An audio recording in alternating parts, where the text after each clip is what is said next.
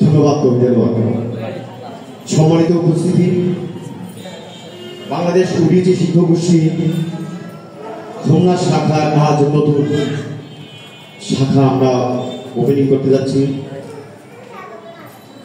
দীর্ঘদিন ধরে একটি আহ্বায়ক কমিটির মধ্য দিয়ে আমরা এগিয়ে আসছিলাম। আজকের এই সম্মেলন কাউন্সিলর এবং কনক সাংস্কৃতিক অনুষ্ঠানে যিনি প্রধান অতিথি হিসাবে আমাদের মাঝে উপস্থিত হয়েছে, বাংলাদেশ উড়িয়েছে শিক্ষক গোষ্ঠী হোমনা কুমিল্লা জেলা শাখার সম্মানিত সভাপতি এবং কেন্দ্রীয় কমিটির সম্মানিত সদস্য জনাব শেখ ফরিদ আহমেদ উপস্থিত রয়েছে। কুমিল্লা জেলা শাখার সাধারণ সম্পাদক সদস্য সহ সাংবাদিক বৃন্দ সহ আরো অনেকে উপস্থিত আছেন। আমাদের এই আজকের অনুষ্ঠান যিনি আলোকিত করেছেন, জমিদার বংশের উত্তরসূরি, যার প্রশংসা আমার মুখ করা আসলে সম্ভব নয়, আমার অত্যন্ত শ্রদ্ধাভাজন বাবু চন্দ্রলাল রায়।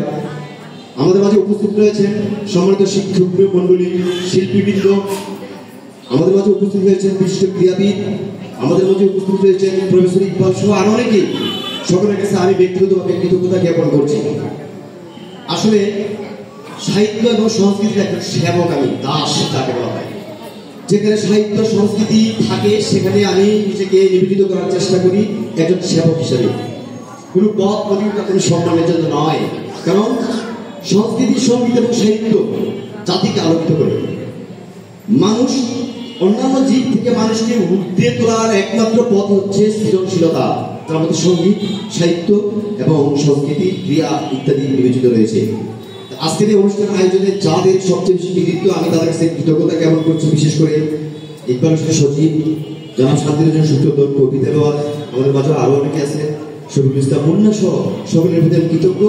এবং হোমনার সংস্কৃতি জগতের তারা অন্যতম প্রতিভা। তাদের দ্বারা এই সংস্কৃতি হোমনা বেশ আলোকিত হয়েছে সারা বাংলাদেশ, এবং তাদের সমন্বয়ে আমাদের উচিত আমরা একটা ভালো অবস্থানে নিয়ে যাব, এটা হচ্ছে বিষয়। আর আমি সেখানে একজন সেবক হিসেবে কাজ করবো, এই আশা ব্যক্ত করে আমি আমার শক্তিতে বক্তব্য শেষ করছি।